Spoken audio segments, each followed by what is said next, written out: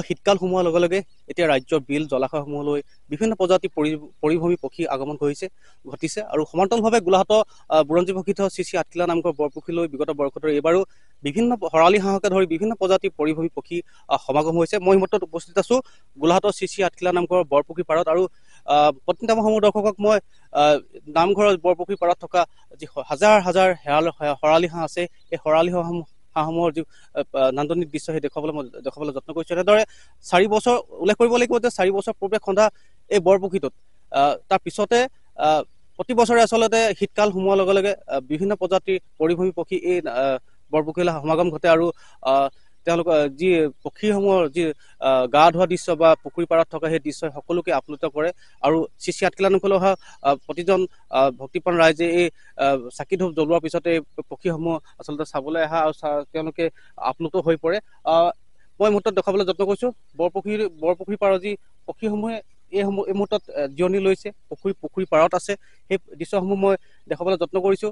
কিছুমান পক্ষী উৰি গৈছে আৰু কিছুমান পক্ষী যি পাৰত থকা দেখা গৈছে। এই পক্ষীসমূহ নিৰাপত্তাৰ কাৰণে কেনেদৰে ব্যৱস্থা গ্ৰহণ কৰিছে সেই বিষয়ে আমাৰ সৈতে স্থানীয় ৰাইজ আছে। স্থানীয় ৰাইজৰ সৈতে মই কথা পাতিবলৈ যত্ন কৰিছোঁ।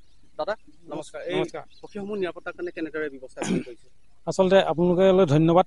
আপোনালোকে যে আহি পক্ষী এইবিলাক মানে চোৱা চিতা কেনেকৈ সংৰক্ষণ কৰি পিনি আছে আমাৰ মানে আঠখিলা নামঘৰ এটা বুৰঞ্জী প্ৰসিদ্ধৰ নামঘৰ।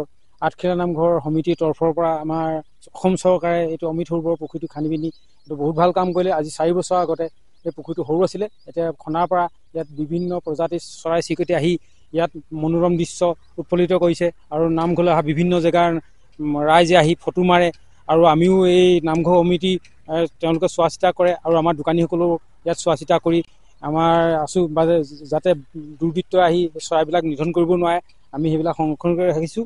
আৰু বিশেষকৈ পুখুৰীটোত মাছ চাছ আছে আৰু পুখুৰীটোত তেওঁলোকে ৰাতিপুৱা গধূলি দুপৰীয়া এনেকৈ গা ধুৱে, দেখিবলৈ ভাল লাগে। আমি কওঁ বিভিন্ন জেগা মানে সেউকি আহি পৰ্যটকো আহে, তেওঁলোকে কয় যে বহুত ভাল লাগিছে চাবলৈ, যে কিন্তু ভিতৰত সোমাবলৈ নিদিয়ে আৰু বাহিৰৰ পৰা ফটো মাৰি লৈ যায় আৰু ইয়াত দেখি খুব ভাল লাগিছে আৰু ভাল হ'ব বুলি ভাবিছোঁ।